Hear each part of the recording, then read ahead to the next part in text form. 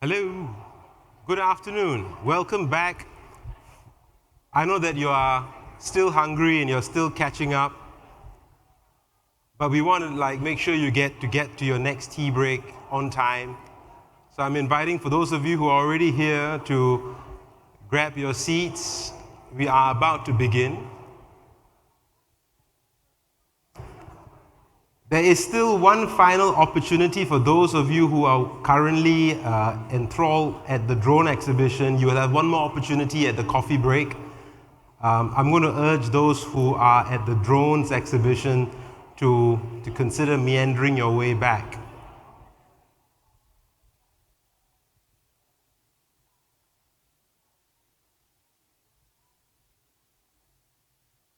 Yes. Can we have the group of people who are still with the drones to consider returning to your seats? Thank you. It is deeply fascinating. I'm not sure whether you've seen the drone exhibition. It took the organizers a significant amount of effort to bring the drone here, to have it featured here for us. So I'm glad that you are looking at it. I'm waiting for the organizers at the back to just give me a thumbs up, and then we will count down and start in about 10 seconds.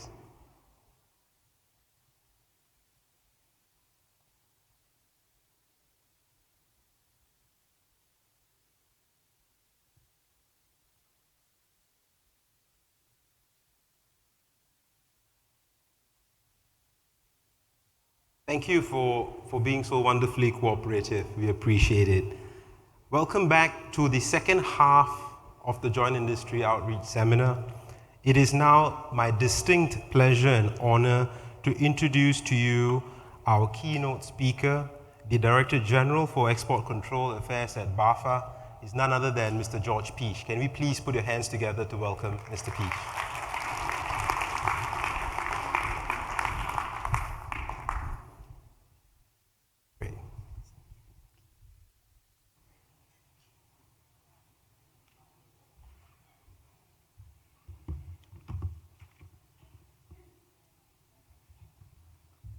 After lunch, I have to say good afternoon.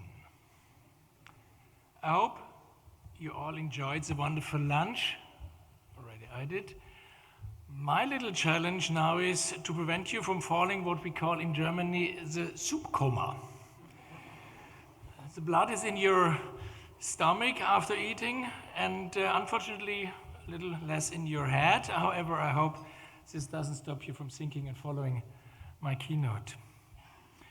I'm speaking, as Jesu already said, on behalf of the German Federal Office for Economic Affairs and Export Control, better known under the acronym BAFA. First of all, I want to thank Singapore Customs, United States Bureau of Industry and Security, the Export Control and Related Border Security Programs, the Department of Energy, and Japan's Ministry of Economic Trade and Industry for inviting me to the 12th Joint Industry Outreach Seminar on Strategic Trade Management, and for giving me the honor to addressing you with a keynote, what are the interdependencies between compliance and due diligence? Ladies and gentlemen, to start with the answer right away, the interdependencies between the two are manifold. Compliance is not possible without due diligence and vice versa. A few years ago, almost everyone was talking about compliance in connection with export controls. Nowadays, we mainly talk about due diligence. This morning, we had the opportunity to listen to a series of very insightful contributions under the session on compliance. This afternoon, I look forward to exciting contributions on the topic of due diligence.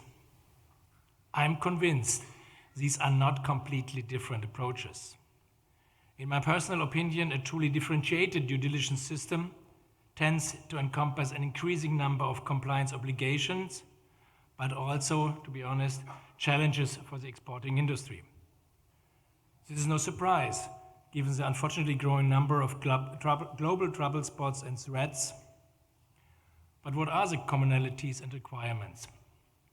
First of all, I would like to stress the point that the term compliance has legal origins and refers to the action or fact of complying with, observing, following, or abiding by certain rules or requirements. Compliance in this sense simply requires that everyone, that is exporting companies and all other parties involved in foreign trade, act in accordance with the law, which is of course self-evident for all of those to whom the provisions of the law are addressed. As a good German civil servant, I do of course always abide by the law and follow the rules. In fact, this is a matter that does not need to be emphasized. And in a similar way, compared with the last 30 years, nowadays we no longer need to even debate whether or not compliance is required.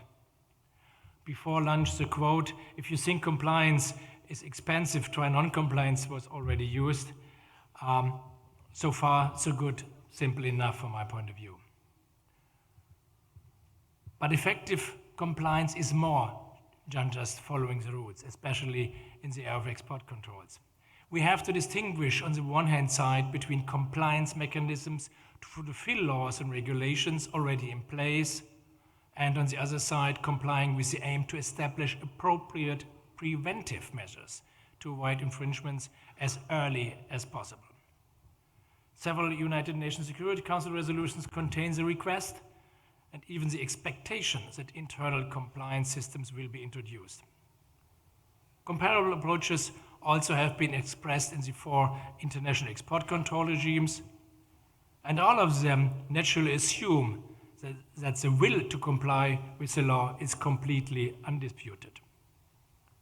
On the European level, we have ICP recommendations in place since a couple of years. Other countries present here today have a comparable or even longer history of compliance requirements and due diligence recommendations. There's a common point to be found in all the approaches just mentioned, namely, given the rapid pace of scientific and technology progress and the complexities of today's supply chains, effective trade controls depend heavily on the awareness of exporters and their active efforts to comply with trade restrictions. Exporting companies must check all information available to them, and is undisputed that they may not deliberately ignore obvious indications or supposedly turn a blind eye on circumstances that indicate an actual sensitive determination. Ladies and gentlemen, from my experience, export control has benefited greatly from the rising quality standards in recent years, which in some sectors were admittedly, to be honest, driven by fear of sanctions. One thing seems to be indisputable to me. As the basis of effective compliance and for an effective due diligence system, an ICP must be integrated into a general risk management of the exporting company. The classic 4 steps of risk management are: first, to identify risks, second, to assess risks, then to take measures, and fourthly, to monitor risks and measures. Translated it into export control, I think these 4 steps can be applied very well to the 4 key questions for export control. Which items are affected? What kind of action is intended? Export or hot transfer or something else? Third, who is being supplied? Who is the end user? And fourth, what is the purpose of the delivery? What is the end use? If you can answer these 4 questions in an appropriate way, then you have the basis to be compliant and be able to organize your internal compliance management system in a meaningful way.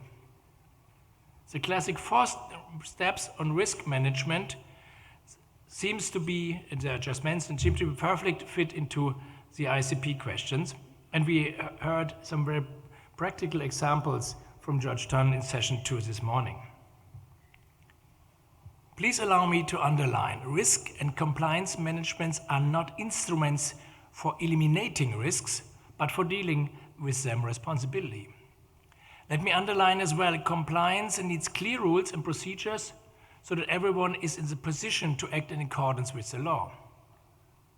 In my experience, in the light of the principle of the rule of law, the assumption of a general obligation to introduce an ICP requires a certain degree of concrete specifications from the legislator that such a system is to be introduced and what it should look like. On the other side, not to be forgotten is also an ICP must always be tailored to a company's individual circumstances. A customized approach is necessary because a company's export control policy depends on a variety of factors.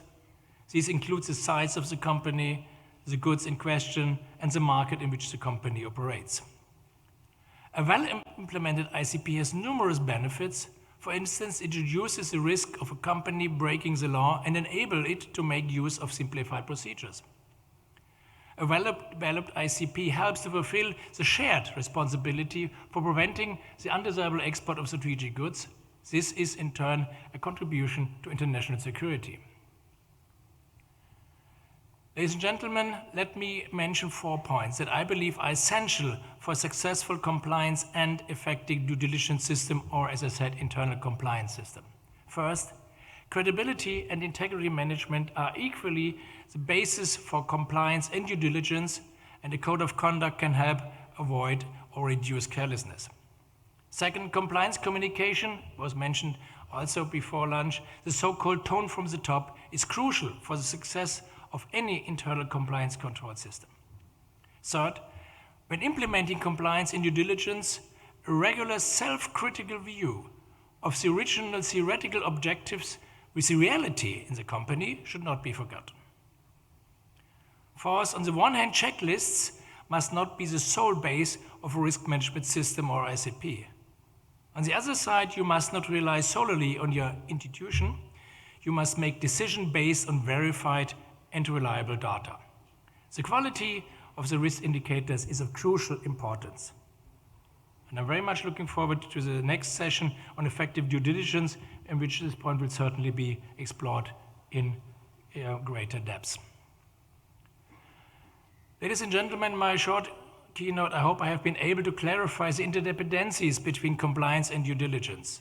In this context, the exchange of experience gained and lessons learned, as in the framework of a conference like today, is of particular significance, because exchange is key to improving existing control mechanisms, and at the end of the day, we have a common goal, at least I hope so, to secure and expand the security of our countries, the related regions, and at the same time enable the necessary exchange of goods for civil purposes. With this, I wish the conference a successful outcome and look forward to the following sessions. Thank you for your attention.